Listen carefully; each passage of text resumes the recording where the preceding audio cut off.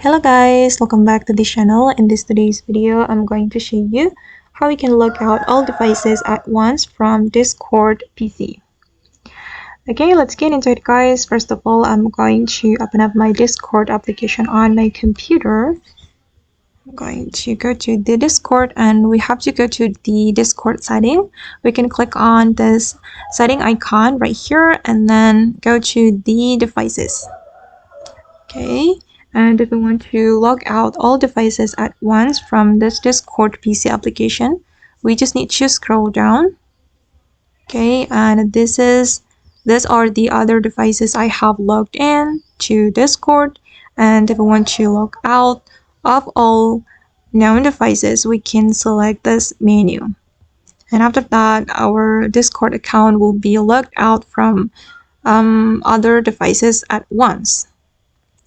Okay guys, and that's all the way to log out all devices at once from Discord PC. I hope this video will be useful for you.